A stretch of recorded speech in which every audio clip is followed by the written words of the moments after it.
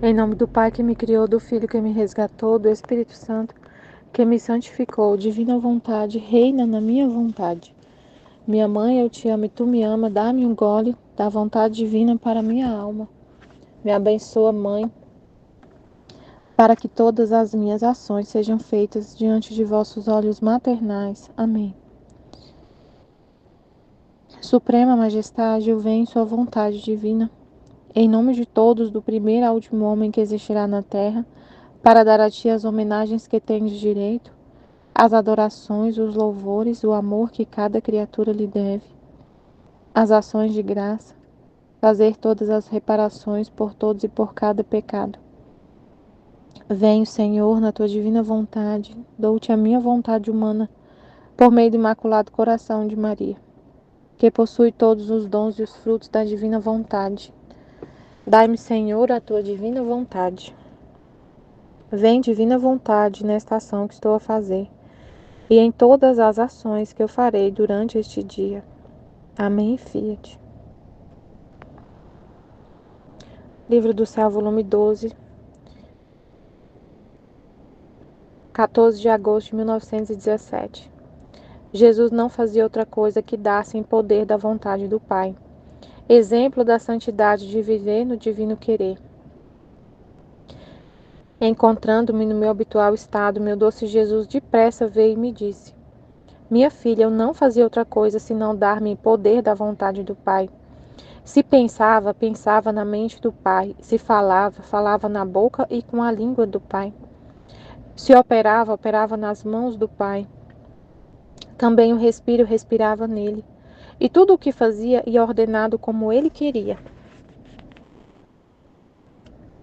Tudo que eu fazia, tudo que eu fazia ordenado como ele, ia ordenado como ele queria. Assim eu podia dizer que minha vida a desenvolvia no Pai. E eu era o portador do Pai. Eu era o portador do Pai. Porque tudo encerrei em seu querer e nada fazia por mim. Meu ponto principal era a vontade do Pai.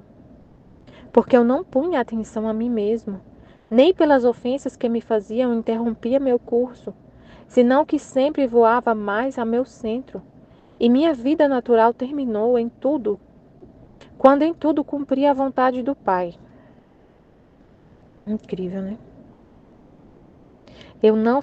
Jesus não fazia outra coisa senão dar-se em poder da vontade do Pai.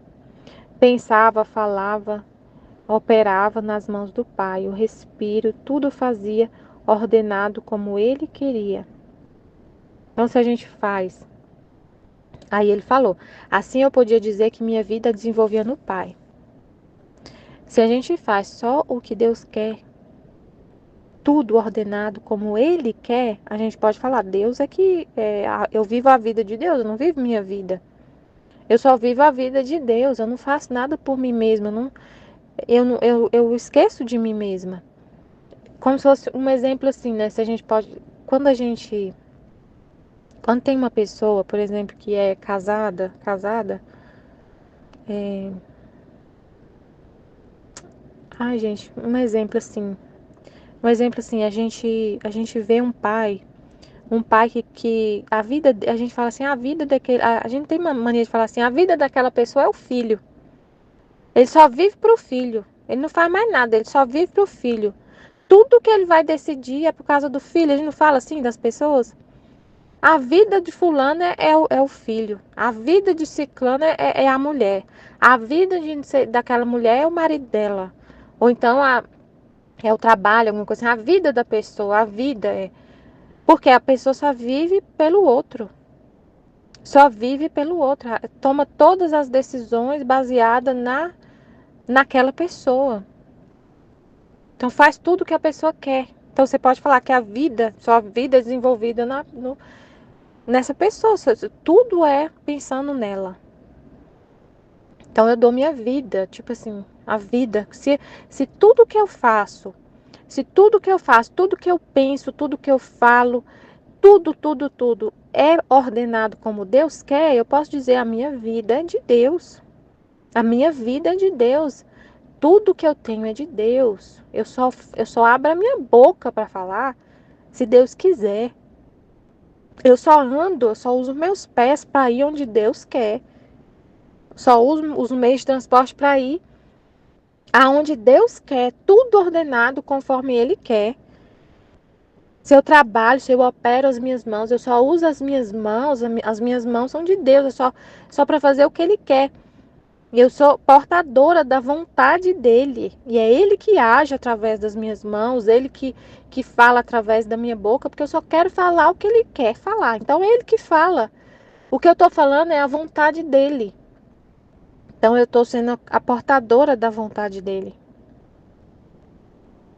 A portadora da vontade dEle. É igual assim, quando uma pessoa tem uma procuração para poder agir em nome de outra pessoa. Você tem uma procuração, por exemplo, de plenos poderes para fazer tudo. Só que você só dá uma procuração para outra pessoa agir em seu nome se você confia que a pessoa vai fazer o que você quer. Por exemplo, você está com uma causa na justiça e aí tem um advogado que está fazendo entrou com ação para você lá de aposentadoria, por exemplo. Você contratou um advogado, você dá para o advogado uma procuração para ele agir em seu nome na justiça. Mas o advogado é uma pessoa sua de confiança, que você confia que o advogado vai fazer os atos, todos os atos que ele vai fazer é o que você quer, é o que você deseja. Ele não vai usar o poder que ele tem para poder fazer outras coisas. Então ele é como se fosse, esse advogado é portador da sua vontade. Ele vai fazer o que você quer, ele é portador da sua vontade. Ele tem a procuração que dá poderes para ele agir em seu nome. Ele vai lá assinar documentos e agir em seu nome. Então ele é portador da sua vontade, como se fosse a sua vontade é aposentar por idade, entrar lá, não sei aonde fazer o processo. Ele vai fazer isso em seu nome. Ele é portador da sua vontade de entrar lá no processo. De entrar lá no INSS para poder aposentar. Então, se a gente sabe o que Deus quer, ele se revela através dos escritos. Revela qual é a vontade dele. E você está de acordo, e só quer fazer o que ele quer. Você é portador da vontade dele, ele te revela a vontade dele, você vai lá e faz o que ele quer. Você está vivendo a vida dele. Você está vivendo a vida dele. Então é como se esse advogado estivesse naquele momento, fazendo aquele ato, no lugar daquela pessoa. Ela está vivendo ali um ato que era para ser a pessoa fazendo, mas ele que está vivendo, ele que está fazendo. Então assim eu podia dizer que minha vida desenvolvia no Pai. Eu era o portador do Pai. Jesus era o portador do Pai. Ele agia em nome do Pai. O que ele fazia é o que o Pai queria fazer. Quando ele estava lá falando deixa eu ver aqui. Qual exemplo? Ele está lá no templo, expulsando os vendedores do templo lá. Era o Pai. Era a vontade do Pai. Ele estava sendo a porta. Ele sempre foi tudo que ele fez, né? Um exemplo só. Era o Pai. Era portador do Pai. É a vontade do Pai sendo cumprida, né? Nesse ato, um ato. Assim eu podia dizer que minha vida a desenvolvia no Pai e eu era o portador do Pai. Porque tudo eu encerrei em seu querer e nada fazia por mim, nada, nenhum respiro ele fazia por ele mesmo. Era sempre a vontade do Pai, tudo ordenado como o Pai queria. Nem pelas ofensas que me fazia interromper nem pelas ofensas que me fazia interrompia meu curso. Ele não deixava de agir, de fazer. Aí o Pai ordenava ele fazer alguma coisa. Ele não deixava de fazer porque ele ia ser perseguido, maltratado, que ia ser crucificado, e ele já sabia que todas as ações que ele fizesse iam levar ele para a cruz, que ele ia ser crucificado, que o destino dele era a cruz. Ele não deixou de fazer o que o Pai queria, tudo ordenado, tudo que ele falou, tudo que ele fez, Ele não deixou de fazer por causa do que ele ia sofrer. E ele sabia já o que ia sofrer. Muito, muito amor, amor infinito, né? Ele é um amor infinito. Ele não deixou de curar as pessoas que ele estava curando. No momento que ele estava curando uma pessoa, ele sabia que aquela pessoa, que teve muitas pessoas que ele curou, que não agradeceram para ele, ou então eram as mesmas pessoas que no dia da crucificação estavam lá falando, crucifica-o. As mesmas que foram curadas eram, muitas delas falaram, crucifica-o, queriam a morte dele. Então, naquele momento que ele estava curando a pessoa, ele sabia que ela ia se voltar depois contra ele e querer a morte dele. Mesmo assim, ele não deixou de curar com todo amor. Meu Deus, é muito incrível. Nem por causa das ofensas fazia interromper meu curso, senão que sempre voava mais ao meu centro, e minha vida natural terminou quando em tudo cumpri a vontade do Pai. Aí vai falar pra gente, né? Ele tava falando dele agora assim, tu, minha filha, filha minha, filha, filha, tem que imitar o pai, né? Filha. Assim tu, filha minha, se te deres em poder de minha vontade, não terás mais pensamento de nada. Minha mesma privação que tanto te atormenta e te consome, correndo em minha vontade, encontrará o sustento. Verdade. Tudo tem que estar. Gente, a nossa vida tem que desenvolver completamente na vontade de Deus. Igualzinho Jesus. Igualzinho. Tudo que acontece, você vê nisso a vontade de Deus. Sendo o cumprimento da vontade de Deus. Então, você está passando por um momento de dor, de confusão, de, de confusão. Às vezes você não está. Às vezes até de entender Deus, né? Uma privação de entender Deus. Às vezes eu passo por isso.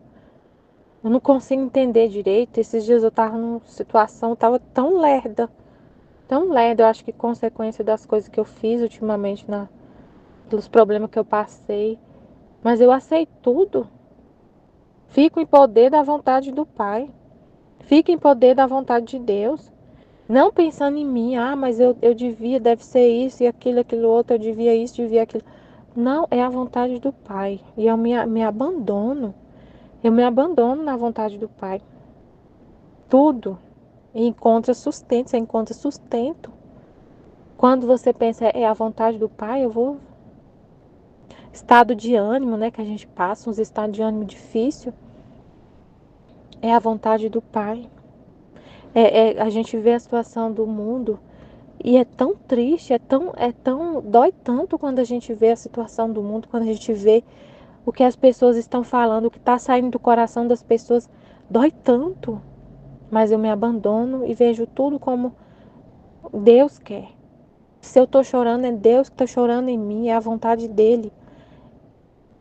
É a vontade dele. Não então eu aceito uma dor quando a gente vê a situação das almas. Que dor é a dor de Deus. Tudo, aceita tudo. Você assim, né? Até ele falou aqui a privação que tanto te atormenta e te consome. Correndo em minha vontade encontrará sustento. Deixa correr tudo na vontade de Deus. Esse sofrimento que a gente passa, não foge, né? Não foge. Não foge de ver essas coisas, não, de ver a situação das almas. Se Deus quer que a gente veja, a gente vê e sofre. Eu tava vendo a notícia agora do. Meu Deus, que dor que eu senti a notícia do homem que era contratado pelas famílias para levar as crianças na creche. E o cara desviava o caminho e estuprava as crianças. Que dor, meu pai. Que dor. Aí você fala, nossa, a gente pode ficar pensando, culpa da mãe que deixou o cara levar a criança. Meu Deus, a gente não sabe. Por que que a mãe tinha que mandar essa criança para a creche com ele? Às vezes não tinha outro jeito. Não tinha outro meio de transporte. Não tinha carro para levar. Não é todo mundo que vive a realidade que a gente vive, não. Que a gente tem carro. para levar as crianças na escola. Não é toda mãe que tem esse conforto. Tem umas que não tem, teve que... Foi o jeito que tinha. Ah, mas por que que ela não cuida da criança? Ela mesma cuida? A gente não sabe. A realidade, várias realidades nas famílias. A gente vê, a gente tem que se colocar no lugar do outro, né? Se colocar no lugar do outro. Tem muitas realidades e a gente vê, chora e chora junto, e é Deus chorando. É Deus chorando, a gente sente dor, é Deus sentindo, e você deixa tudo correr na vontade do Pai, deixa tudo correr na vontade de Deus. Isso que a gente vê. E reza, isso leva a gente a rezar. Não é pra gente desanimar e ver, nossa, a situação do mundo tá cada vez pior. A gente fica, a gente deixa tudo correr na vontade do Pai e sabe que todos os atos que acontecem, que a gente faz, cada respiração, é um orvalho benéfico poderoso que cai sobre todas as almas, do passado, presente e futuro, para converter, para santificar, para ressuscitar a alma que está morta para a graça. Esse orvalho benéfico é poderoso, ressuscita quem está morto para a graça, santifica, dá força. Então, se você está sem força, você está assim, sentindo um estado de ânimo difícil, saiba que você morre para dar vida para as pessoas.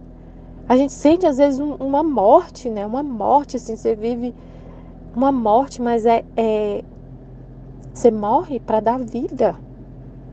E isso te sustenta, porque você sabe que você tem a fonte você sabe que você tem a fonte da vida na sua alma. Então você não vai ficar morto. Mas aquela pessoa que não tem, e aquele outro que não tem, aquele que está lá tão no pecado que está estuprando criança de 4 anos. Ele está morto. Você morre para dar vida para ele. Você tem a fonte. Você morre e ressuscita. Mas o outro pode ser que não, que ele está indo para... O outro pode estar indo para o caminho da morte eterna. Tem muitas almas que estão indo para o caminho da morte eterna. E aí você morre para dar vida para outros que você nem sabe quem é. Eu não vejo. Eu não vejo, como Jesus falou no vídeo da Santa Catarina de Sena. A gente não vê o fruto do que a gente está fazendo. Do que Deus está fazendo, é Deus em nós fazendo o ato. A gente não vê o fruto, você não vê o fruto, porque está indo para outra pessoa. Está indo para outras milhares de pessoas que você nem conhece. E ele nem te mostra, porque se ele te mostrasse, às vezes você ia ficar, já tá bom, né? Como foi falado, já tá bom, já fiz muito. Ele não deixa, porque a gente tem tendências, né? Então a gente fica sem ver nada. Vive pela fé, a fé de que realmente todos esses atos, toda respiração, cada pensamento gera vida. Vidas divinas, ele fala de vidas divinas no livro do céu, né? Cada pensamento, cada respiração, cada passo seu gera vidas divinas para outras pessoas. Você, né? Você não pensa em você, você esquece de você. Como Jesus, ele esqueceu dele. Ele não se importava de humilhação, de sofrimento que ele passava. Ele concentrava nele todos os estados de ânimo de todas as almas. Era um rio de sofrimento, de amargura. Mas é o que ele fala, né? Tinha um rio de doçura. Tinha um rio de doçura para sustentar o coração dele. Porque o coração dele era uma batida de dor. Cada batida do coração dele era uma dor. Mas também era uma alegria que vinha do Pai. Para sustentar, porque senão ele ia morrer de tanta dor. E aí ele fala que ele divide com a alma que vive na divina vontade a mesma vida dele, doçura e amargura. Ele envia as amarguras, mas também essa mesma doçura que ele recebia, que vinha do Pai. Ele divide com a alma que quer viver na divina vontade. Repete a vida dele. Então você vive um mar de amargura, mas também um mar de doçura. De Deus te sustentando, te dando força, mas assim, uma coisa bem tranquila, bem simples, na alma, assim, né? Não é nada, assim, muito extraordinário, assim, de místico, extraordinário, não sei explicar. Mas é isso, então a gente vive também do mesmo jeito, né? Correr tudo, correr tudo na vontade dele e encontrará o sustento. Meus beijos escondidos, minha vida em ti vestida de ti. Em tua mesma batida de coração sentirás o meu, ardente e dolorido. Verdade. E se não me vês, sente-me, é verdade. Meus braços te estreitam. E quantas vezes você não sente meu movimento, meu alento refrescante que acalma teus ardores? É verdade, a gente não vê, eu não vejo nada, mas eu sinto tudo. A gente sente a vida que está vindo de Deus, o acalento, o consolo que vem dele, da palavra dele, principalmente. A palavra dele nos acalma, assim, de uma forma, nos pacifica tudo. É uma segurança tão grande. É muito incrível. E quantas vezes não sente meu movimento, meu alento? Você sente tudo isso. E quando faz por ver quem te estreitou, quem te deu seu alento e não me vê, eu te sorrio e te beijo com beijos de meu querer e me escondo mais em você, para te surpreender de novo e para te dar um avanço a mais em minha vontade. Por isso, não me amargures com afligir-te. Não é para a gente ficar aflito com nada, porque ele está escondido. Se a gente não vê, ele está escondido em nós. Se a gente não vê, se está passando por alguma dificuldade, tá sentindo alguma dor, tá sentindo um estado de ânimo, não aflija. Tá tudo aqui no livro do céu, tá tudo aqui escrito, tá tudo aqui. Deus está se revelando aqui plenamente. Então, se a gente está, né, é pela fé. Não me amargures com afligir, se não deixa-me fazer. O voo do meu querer não se detenha jamais em ti. Não deixe de se abandonar porque você tá, porque tem alguma dor, porque tem alguma coisa, né? Você fica pensando em você. Não pare o avanço por causa de alguma coisa, de alguma humilhação, de alguma correção. Tudo tem um propósito, deixa tudo correr na vontade de Deus. Como foi falado no vídeo da Santa Catarina, correção, meu Deus, quanta coisa gera. Não tem problema nenhum ser corrigido, a gente é um nada mesmo. Não deixa de falar por medo de ser corrigido. Às vezes a gente tem isso. Não querer falar, não querer expor, não querer deixar Deus falar livremente na nossa boca, porque pode sair uma coisa que não é e eu depois ser corrigida. Qual o problema? Qual o problema? A gente é um nada. Então ele mesmo que permite que a gente erre, para a gente ser humilde, para a gente continuar humilde. E entender que só ele que é tudo, ele que é perfeito, a gente não é. Só ele é perfeito. De outra maneira, impedirias a minha vida em ti. Enquanto conviver do meu querer, eu não encontro impedimento e faço crescer e desenvolver a minha vida como quero, do jeito que ele quer. Amém, Fiat. Jesus, eu confio em vós. Amém. Em nome do Pai que me criou, do Filho que me resgatou e do Espírito Santo que me santificou, divina vontade, reina na minha vontade. Ó minha mãe, eu te amo e tu me amas. Dá-me um gole da divina vontade para minha alma. Me abençoa, Mãe, para que todas as minhas ações sejam feitas diante de vossos olhos maternais. Eu não sou nada, Deus é tudo, Pai, eu te amo. Vinde, Espírito Santo, vinde por meio da poderosa intercessão do Imaculado Coração de Maria, vossa amadíssima esposa e nossa mãe. Amém. Meditação, Livro do Céu, volume 12, capítulo 18, de 14 de agosto de 1917. Texto da live para ser meditado hoje na live, de mais tarde, à noite. Jesus não fazia outra coisa que dar-se em poder da vontade do Pai. Exemplo da santidade de viver no divino querer. Encontrando-me no meu estado habitual, meu doce Jesus, depressa veio e me disse: Minha filha, Eu não fazia outra coisa senão dar-me em poder da vontade do Pai. Se pensava, pensava na mente do Pai. Se falava, falava na boca e com a língua do Pai. Se operava, operava nas mãos do Pai. Também o Espírito respirava nele, e tudo o que fazia ia ordenado como ele queria. Assim eu podia dizer que minha vida a desenvolvia no Pai, e eu era o portador do Pai, porque tudo encerrei em seu querer, e nada fazia por mim.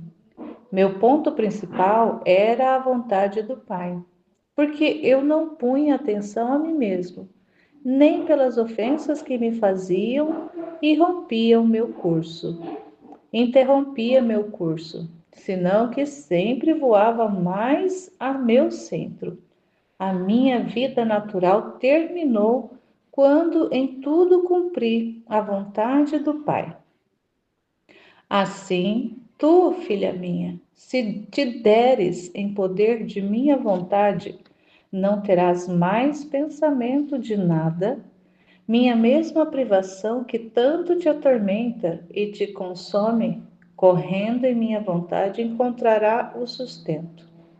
Meus beijos escondidos, minha vida em ti, vestida de ti, em tua mesma batida de coração, sentirás o meu, ardente e dolorido.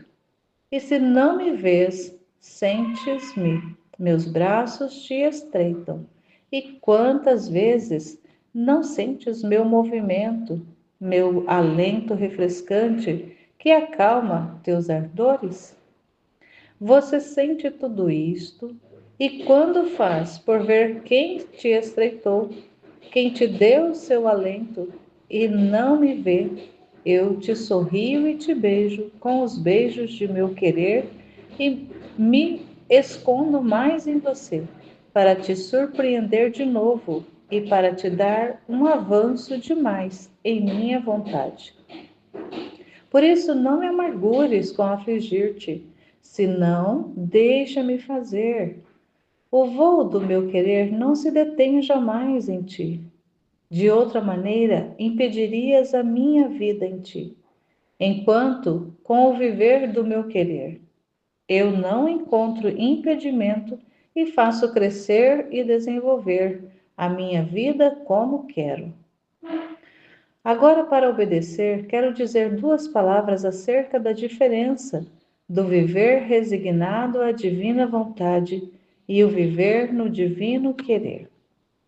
Então, só voltar aqui já, porque são dois temas esse trecho, e nessa parte que já termina essa, né? Claro que ele fica amarrado os assuntos, mas vamos aqui fechar já essa primeira parte, que Jesus não fazia outra coisa que dar-se em poder do Pai. Então, aqui ela, né, nessa realidade de sentir-se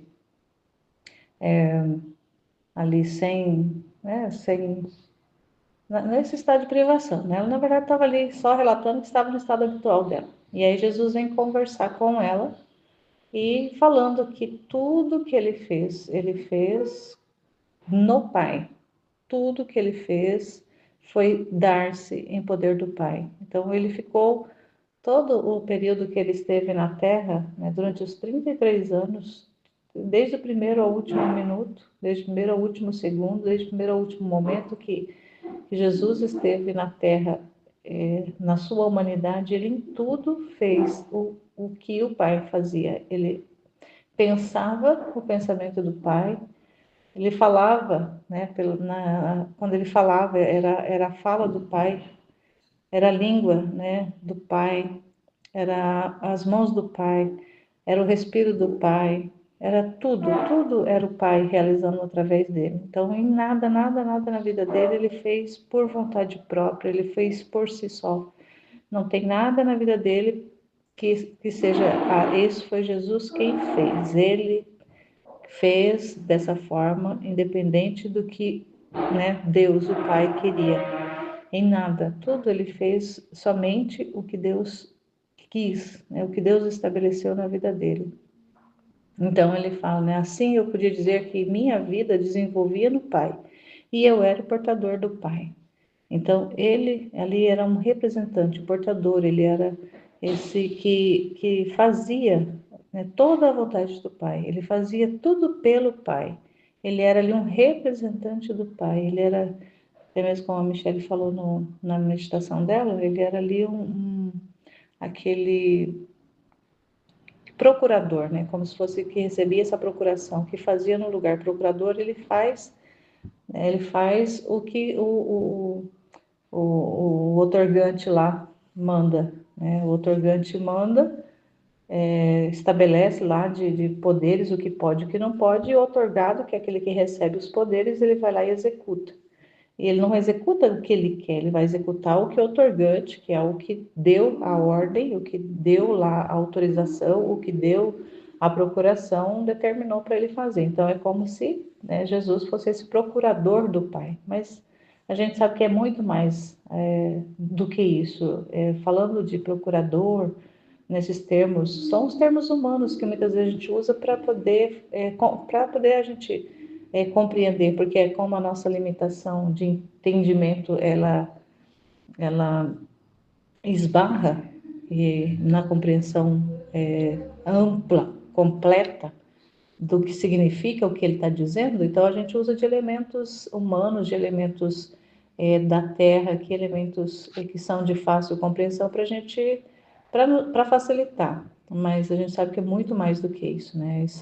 Essa vida que ele desenvolveu aqui, que era a vida do próprio Deus, vida do próprio Pai, era a vontade do próprio Pai operando nele, embora ele fosse Deus também, mas ele não usurpou dessa condição, ele não utilizou da condição divina, ele só fez, né? Ele era todo o divino que operava em Jesus era a vontade divina, não ele pessoalmente, a segunda pessoa da Santíssima Trindade individualmente operando, não.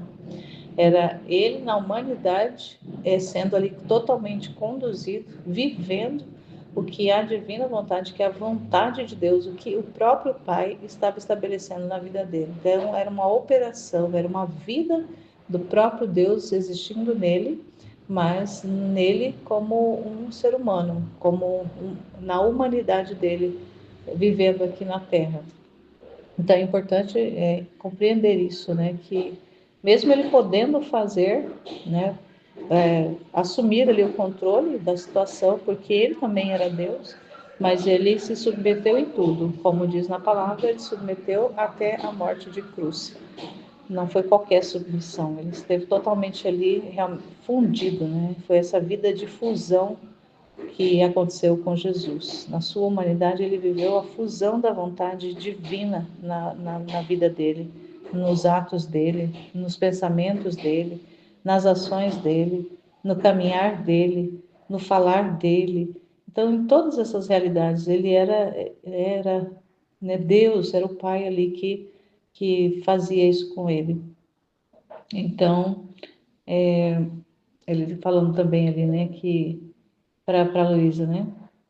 Para ela não se atormentar. Tu, minha filha, se te deres em poder de minha vontade, não terás mais pensamento de nada. Minha mesma privação que tanto te atormenta e te consome, correndo em minha vontade, encontrarás o sustento. Então, uma vez que a criatura se dá, uma vez que nós nos damos para a vontade divina, não tem mais como ficar atormentado, ficar se consumindo, achar-se privado, distante de Deus. Não, porque ele vem e assume a nossa pessoa, ele vem e se veste da nossa humanidade para viver em nós. Então, como ele fala também, né? Vestida de ti, em tua mesma batida de coração sentirás o meu, ardente e dolorido. E se não me vês, sentes-me. Meus braços te estreitam, e quantas vezes não sentes meu movimento, meu alento refrescante, que acalma os teus ardores? Então, ele, né, embora a gente não tenha essas realidades sensíveis como a Luísa tinha, né, de sentir ali o sopro, ali o hálito dele nela, sentir o abraço dele, sentir o toque dele, nós não temos essa realidade, mas nós sabemos que ele está ali junto conosco. Então é importante compreender isso, que ele está dando, né, ele foi, na verdade, ele viveu a vida para nos deixar a sua vida como exemplo, como, como o modelo de da vida que nós deveríamos ter. Então, assim como ele foi totalmente conformado à vontade do Pai, viveu em tudo a sua santíssima vontade, ele também deixou isso como um estilo de vida para nós também, como uma regra de vida para nós também. Só que na liberdade cada um, né, vai escolher se quer ou não viver dessa forma. Mas conhecendo essa forma de vida, só não quer e não assume esse novo jeito, né, essa nova vida, que é viver em Deus, que é Deus viver na criatura, só realmente quem for muito louco mesmo, né, for totalmente louco varrido. Então vamos aqui ela tentar falar aqui na outra parte, né? Então aqui a Luísa vai tentar explicar para a gente o entendimento que ela tem a partir disso que ele foi falando. Então ela vai dizer assim: agora para obedecer quero dizer duas palavras acerca da diferença do viver resignado à divina vontade e o viver no divino querer. Então ela vai tentar explicar essas duas realidades, que é o viver na vontade de Deus, viver à vontade, fazendo a vontade de Deus, e o viver fundido no querer divino, que é a vida divina acontecendo dentro da criatura. Então vamos lá. Primeiro, viver resignado, segundo meu pobre parecer, significa resignar-se em tudo à vontade divina, tanto nas coisas prósperas como nas adversas, olhando em todas as coisas a divina vontade, a ordem das disposições divinas que tem sobre todas as criaturas, e que nem sequer um cabelo pode cair de nossa cabeça se o Senhor não o quer. Parece-me que é como um bom filho que vai aonde quer o pai. Sofre o que quer o pai. Rico ou pobre lhe é indiferente, porque este está contente só de ser o que o pai quer. Se recebe ou pede ordens de ir a alguma parte para o desempenho de alguma empresa, ou seja, de alguma função, de algum trabalho, alguma circunstância que precisa ser realizada, algo que precisa ser feito, ele vai somente porque o quis o Pai. Mas enquanto dura o tempo de estar longe, deve tomar um descanso, deter-se para descansar, tomar o alimento, tratar com pessoas. Portanto, deve pôr muito de seu querer, apesar de que vai porque o Pai o quis. Mas em tantas coisas se encontra na ocasião de fazer por si mesmo. Portanto, pode estar os dias, os meses longe do Pai, sem estar em todas as coisas especificada a vontade do Pai. Assim, a quem vive resignado ao divino querer, é quase impossível não misturar sua vontade no que faz. Será um bom filho, mas não terá em todos os pensamentos, as palavras, a vida do Pai retratada de todo nele, porque devendo ir, voltar, seguir, tratar com outros, o amor fica quebrado, porque só a união contínua faz crescer o amor, e jamais se rompe. E a corrente da vontade do Pai não está em comunicação contínua com a corrente da vontade do Filho. E naqueles intervalos, o filho pode habituar-se a fazer a própria vontade. No entanto, eu acho que é o primeiro passo para a santidade. Então, aqui nessa primeira parte, que ela vai descrevendo como ela entende a realidade da alma que vive fazendo a vontade de Deus. E como ela conclui, é o primeiro passo para a santidade. Então, é um tipo de santidade. E a gente, né, tem visto, tem estudado, tem meditado a respeito de que essa é uma expressão da alma que vive uma santidade humana. É uma alma que corresponde ao que o Pai quer, vai e realiza o que o Pai quer, vai aonde o Pai quer, obedece os mandatos do Pai, mas, ao mesmo tempo que ela está sob a ordem do Pai, ali sob o empreendimento que o Pai estabelece para ela, ela também tem os momentos que ela faz com a sua própria vontade. que ela descansa, ou seja, ela sai, mesmo, tipo assim, eu cumpri a minha parte, né? Eu já rezei meu rosário, então agora eu posso fazer a outra coisa. Então eu posso agora descansar um pouco, eu posso agora fazer um passeio, eu posso. Então meio que separa as ações que são ações que o pai está ali colocando, que o pai quer que ela faça, ela vai e faz, ela não se recusa, não é que ela se recusa, ela vai e faz, ela é uma pessoa resignada, ela aceita o que o pai vai colocando, o que o pai vai estabelecendo, o que o pai vai dispondo, ela aceita, ela vai correspondendo ali, só que ela tem os momentos que ela também vive a sua vida, ela faz as suas escolhas, e isso não é mal, né? Não é que ela para de, ela está pecando no momento que ela está fazendo ali, ou da forma que ela quer. Ela simplesmente não é uma forma perfeita de viver, é uma forma imperfeita de viver na vontade de Deus, porque ela está ali, mas por momentos. Pode até, mesmo que seja a maior parte do tempo, ela esteja fazendo o que o Pai quer, recebendo essas ordens do Pai para fazer o que, né, ir aonde Ele quer, mas ela tem ali também a sua vontade caminhando junto. Então, é interessante pensar, né, dessa forma que quando a gente vai lendo esse texto, a gente vai, no caso, né, comigo, né, falando, eu vou identificando que muitas vezes é o que acontece. Então, às vezes a gente fala, nossa, eu estou vivendo na vontade divina. Na verdade, eu quero viver na vontade divina, eu quero viver. Então, a gente vive muito, pelo menos nesse início, nesse tempo que a gente ainda está passando por purificação, a gente vive muito nessa primeira expressão que a Luísa narra aqui, que ela descreve, nessa forma mais servil do que realmente filial. É uma relação mais de servo, de resignação, de aceitação das coisas. Não, então eu sei que tudo é vontade de Deus, eu sei que tudo é vontade divina, então eu aceito, eu falo fiat, mas aqui e ali a gente está colocando a mão na massa e fazendo por conta própria, né? Isso, então é interessante às vezes a gente observar que, né, quando eu fui lendo assim, eu falei, né, fui pensando comigo, nossa, eu ainda estou vivendo ainda boa parte do meu tempo, eu ainda estou vivendo nessa resignação, nesse estado de servo, né, de obedecer. Mas a intenção, então aqui a gente também pode ver essa realidade também da pessoa que está nesse início do processo de viver a vontade divina por empréstimo.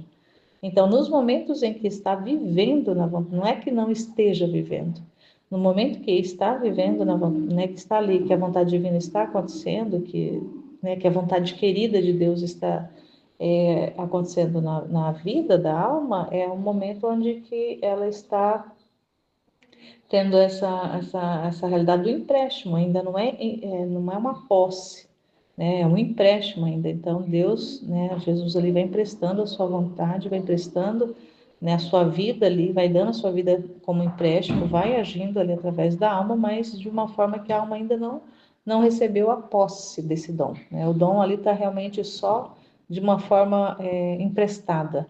Interessante a gente pensar nisso, né? Que essa santidade das virtudes é como se fosse um empréstimo da vontade de Deus para a alma caminhar. Só que nós vamos entendendo, a gente precisa avançar, né? Nós precisamos ultrapassar essa parte, esse estágio, transcender esse estágio, essa realidade, esse estado de vida e mudar para o que está na frente, para o que está além disso, que é o que Deus quer, que Ele nos quer conduzir ao que está além dessa santidade humana, que está para frente. Então, Ele quer nos evoluir, quer que nós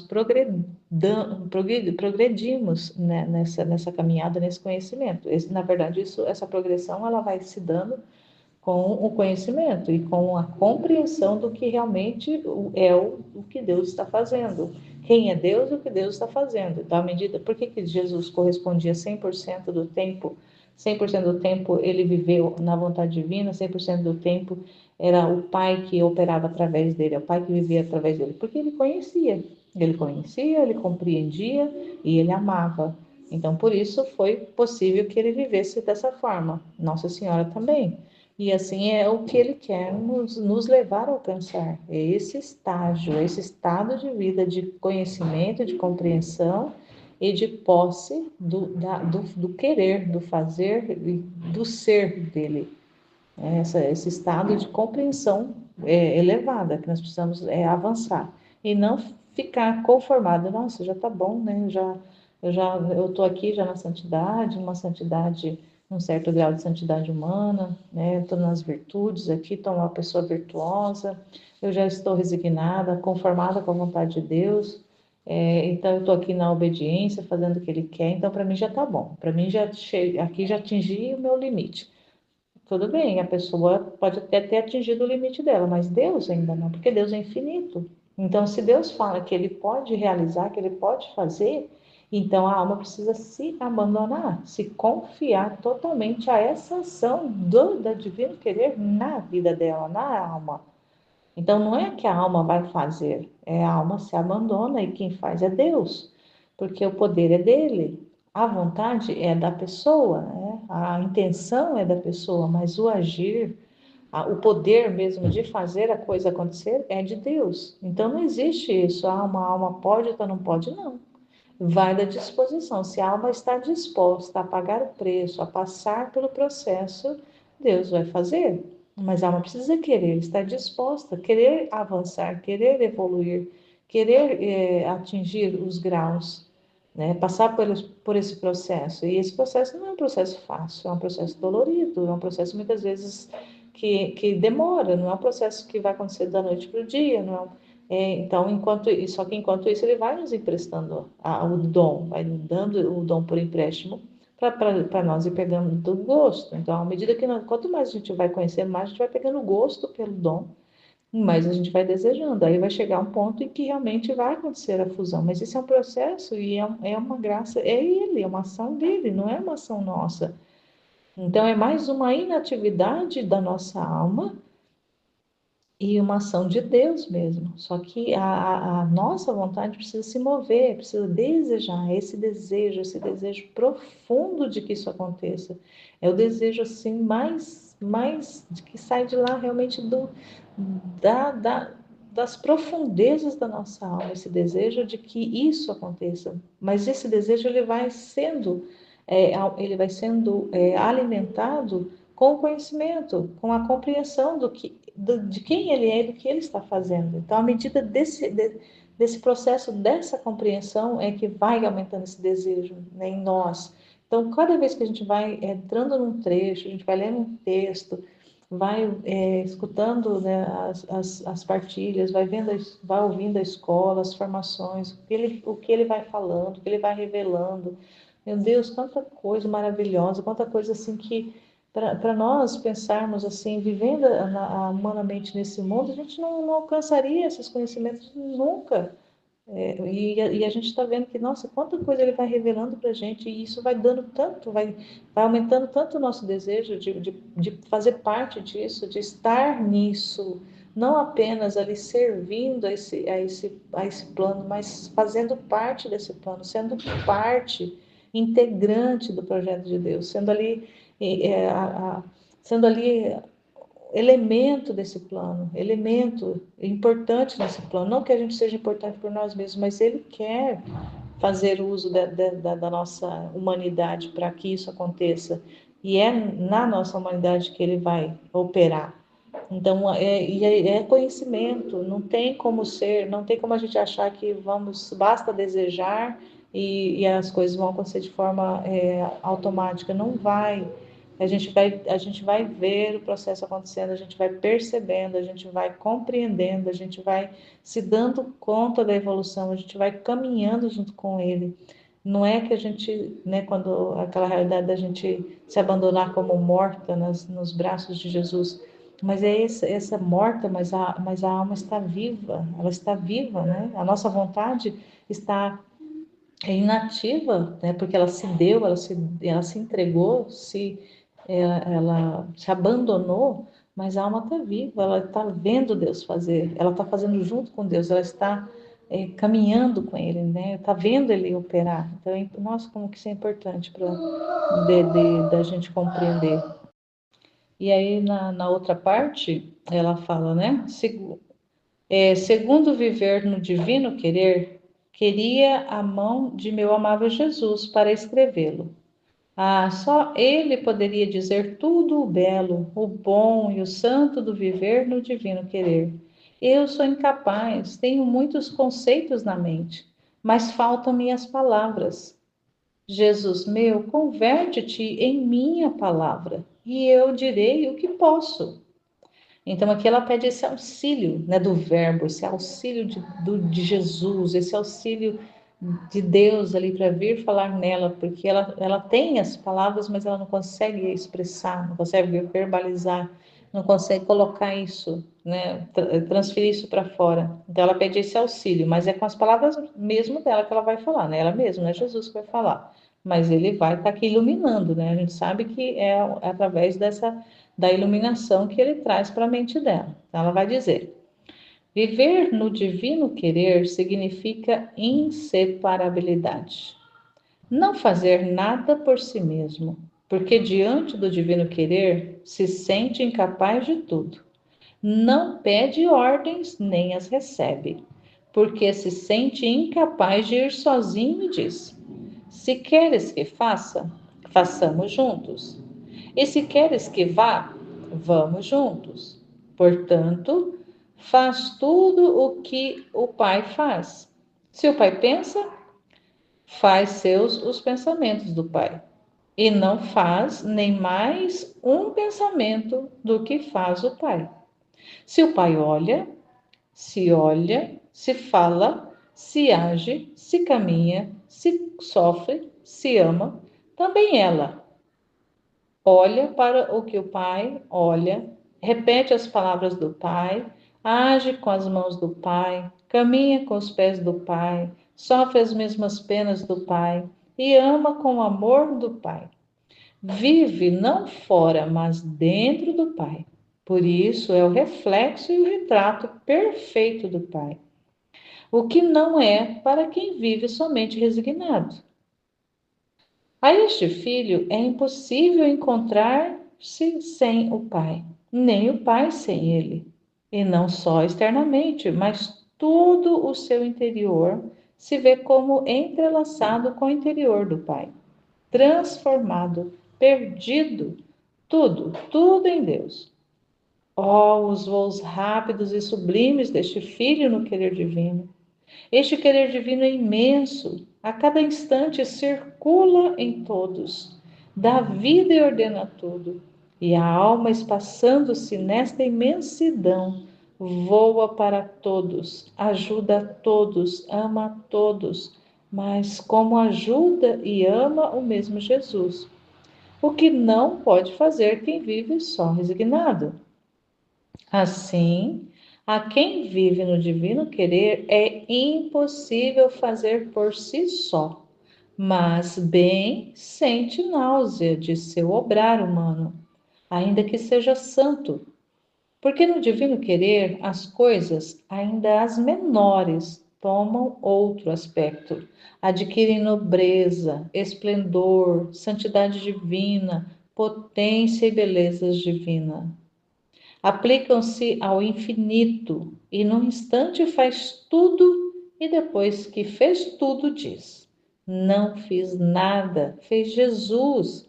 E este é todo o meu contentamento, que miserável qual sou. Jesus me deu a honra de ter-me no divino querer para fazer-me fazer o que ele fez, que fez ele. Assim que o inimigo não pode molestar a esta filha, sem filha em que se fez bem ou mal, pouco ou muito, porque tudo fez Jesus e ela junto com Jesus. Esta é a mais pacífica, não está sujeita à ansiedade, não ama a nenhum e ama a todos, mas divinamente, porque pode dizer: é a repetidora da vida de Jesus, o órgão da sua voz, o bater do seu coração, o mar das suas graças. Só nisto, creio, consiste a verdadeira santidade. Todas as outras coisas são sombras, larvas, espectros de santidade. No querer divino, as virtudes tomam lugar na ordem divina. Ao contrário, fora dele, na ordem humana, estão sujeitas à estima própria, à vanglória, a paixões. Oh, quantas boas obras e quantos sacramentos frequentados são de chorar diante de Deus e de reparar-se, porque estão vazios do divino querer. Portanto, sem frutos. Queira o céu que todos compreendessem a verdadeira santidade. Oh, como todas as outras coisas desapareceriam. Portanto, muitos se encontram no caminho falso da santidade. Muitos apoiam nas pias práticas de piedade. E aí ai de quem as estorve. Oh, como se enganam! Se seu querer não estão unidos com Jesus e também transformados nele, o que é a continuação? Com todas as suas pias práticas, sua santidade é falsa. E se vê que estas almas passam com muita facilidade das pias práticas aos defeitos, às diversões, a semear discórdias e a tantas outras coisas. Oh, como é desonrosa esta espécie de santidade! Outros põem a santidade em ir à igreja, assistir a todas as funções, mas seu querer está distante de Jesus. E se vê que estas almas pouca atenção põem a seus próprios deveres, e se são impedidas, se enfurecem, choram, porque sua santidade lhes vai pelo ar. Lamentam-se ou desobedecem, são as chagas das famílias. Oh, que falsa santidade! Outros a colocam nas confissões frequentes, na direção detalhada em fazer escrúpulos de tudo, mas logo não se fazem escrúpulos de que seu querer não corra junto com o querer de Jesus. E ai de quem as contradiz. Estas almas são como os balões inflados, que assim que lhes faz um pequeno buraco, sai o ar e sua santidade se esfuma e caem por terra. Estes pobres balões têm sempre que dizer, são facilmente levados à tristeza, vivem sempre em dúvida e por isso queriam um diretor para elas, que em cada pequena coisa as aconselhasse, os tranquilizasse, as consolasse, mas logo estão mais agitadas que antes. Pobre santidade, como é falsificada! Gostaria das lágrimas de Jesus para chorar junto com ele sobre estas santidades falsas e fazer conhecer a todos como a verdadeira santidade está em fazer a divina vontade e viver no divino querer. Esta santidade lança as suas raízes tão profundas que não há perigo que oscile, porque enche céu e terra, e onde quer que encontre o seu apoio, é firme, não sujeita a inconstâncias, a defeitos voluntários, atenta aos próprios deveres e é mais sacrificada, desapegada de todos e de tudo, mesmo das mesmas direções, e com suas raízes são profundas, eleva-se tão alto que as flores e os frutos florescem no céu, e está tão escondida em Deus que a terra pouco ou nada vê desta alma. O querer divino a tem absorvida nele.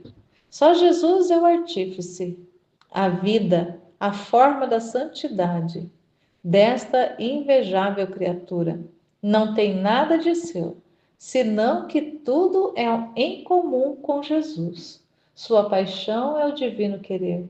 Sua característica é o querer de seu Jesus. E o fit é o seu movimento contínuo. Ao contrário, a pobre e falsa santidade dos balões está sujeita a contínuas inconstâncias. E enquanto parece que os balões de sua santidade se inflam tanto que parecem voar pelo ar, a uma certa altura, tanto que muitos e os mesmos diretores ficam admirados, mas logo se desengraçam, e basta para fazer esvaziar este balões. Uma humilhação, uma preferência usada pelos diretores, com qualquer outra pessoa. Acreditam-lhes um roubo que lhes fazem, pois se acreditam as mais necessitadas. Portanto, enquanto se fazem escrúpulos de tolices, depois chegam a desobedecer.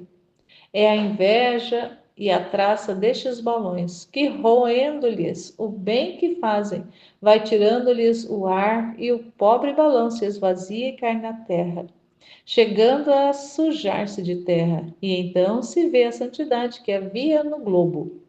E o que se encontra?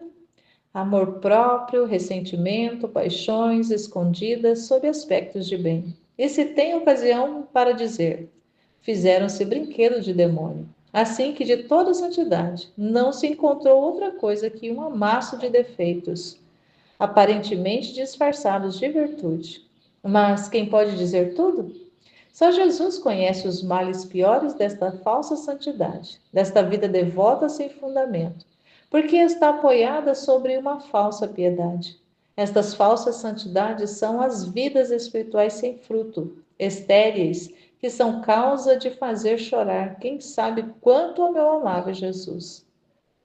São o mau humor da sociedade e as cruzes dos mesmos diretores das famílias.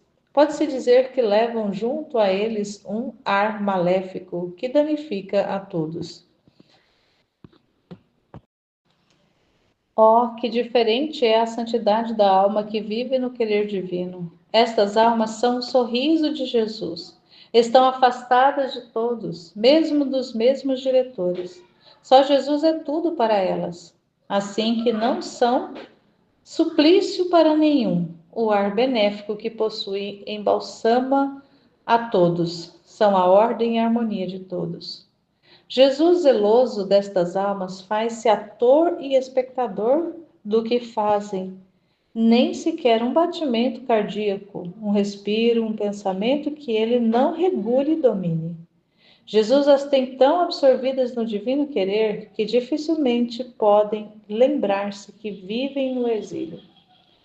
Então é um trecho bastante extenso que vai dando, né? A Luísa vai fazendo essa explicação que é muito clara, não tem muito o que falar. Claro que se a gente for explorar, for ali esmiuçar tudo aquilo que ela vai falando, né? Dessas diferenças, das características dessa santidade disfarçada, que até mesmo não é tanto aquela santidade humana, porque a santidade humana, de certa forma, ela está crescendo nas virtudes. A pessoa tem ali um certo grau de santidade, porque ela está correspondendo à vontade de Deus, está fazendo a vontade de Deus, mas essa santidade falsa que ela coloca ali dos falsos devotos, das devoções, de muitas coisas, são muito realidades de vida de uma vida externa, externalizada, muito de uma realidade externalizada, é uma caricatura de santidade, mas dentro da pessoa a desordem, né, as paixões, tudo ali está borbulhando, tudo ali está fumegando lá dentro. Então é aquela realidade da pessoa que vive muito para o externo, muito voltada para fora. Então no externo ela é perfeita, ela é ótima, ela é linda, maravilhosa, é devota, né? Tem aquela devoção, né? Aquela pessoa que faz, que dá conta dos compromissos, que é a pessoa prestativa, é a pessoa que está lá, que faz tudo certinho. Mas dentro dela, né, basta as contrariedades baterem a porta, basta aparecerem, né, algumas coisas, aí transparece o que está no interior. Então, não é uma pessoa que realmente que ela está transbordando o que ela está por dentro. Ela é muito superficial. Então, essa realidade que ela vai descrevendo aqui, muito dessa superficialidade, né, de uma santidade superficial, que ela dá o exemplo do balão, né? Então, esse balão ali é para exemplificar a superficialidade. Então, um balão maravilhoso, bonito, colorido, né? Que vai até uma certa altura, mas basta um finetinho ali, alguma coisinha ali que fura esse balão, o ar sai para fora e fica assim, só, né, aparece ali realmente o que realmente tinha por dentro, né? Então, por dentro só tinha ar. Então, a gente precisa estar muito atento para observar, né? Não que a gente vai ficar se cuidando, mas de observar, né, no desenvolver da nossa vida, se a gente está muito no superficial, muito no externo, ou se a nossa vida realmente está acontecendo ali, está se desenvolvendo uma vida interior, uma vida de Deus mesmo acontecendo dentro de nós. E, um sinal também que ela fala ali no trecho, para poder perceber isso, é quando é a pessoa que ela está invisível para, né, para as pessoas. É uma pessoa porque ela vive mais no céu, né? Vive mais de céu do que de terra. Então, as pessoas não percebem. Ela se torna um pouco meio que invisível. Ela não aparece. É aquela pessoa que não aparece. Ela está muito escondida, né? Porque o próprio Senhor esconde essa alma, porque Ele tem uma vida dentro dela. Então, ela não é uma alma que está ali exposta para todos verem, para todos né, que está visível, que está acessível a todos. Ela tem essa vida interior tão profunda, tão que absorve tanto ela que até o exterior dela é absorvido e ela acaba se tornando ali imperceptível às pessoas ao redor. Então, até mesmo dentro de casa, ela pode ter momentos em que as pessoas nem percebem, né? Não se dá conta que ela está ali porque ela tá tão interior, né? Ela está vivendo uma vida tão interior, mas não é uma vida apagada, não é uma vida quieta, não, é uma vida de muito, na verdade, é uma vida intensa interior, tão grande que isso, né, cerca ela e não deixa que o exterior ali a toque e a contamine, embora ela esteja vivendo uma vida também exterior, né? Tem uma vida, uma ordem na vida, tem ali uma realidade de ordem, de estado de vida para poder operar. Mas é nessa vida, nesse estado de vida, é nessa ordem que Deus vai vivendo, vai operando e vai acontecendo as coisas. Então é importante a gente compreender essas diferenças e observando, né, na nossa vida o desenrolar disso que ela vai ensinando aqui nesse trecho de hoje. Amém, Fiat.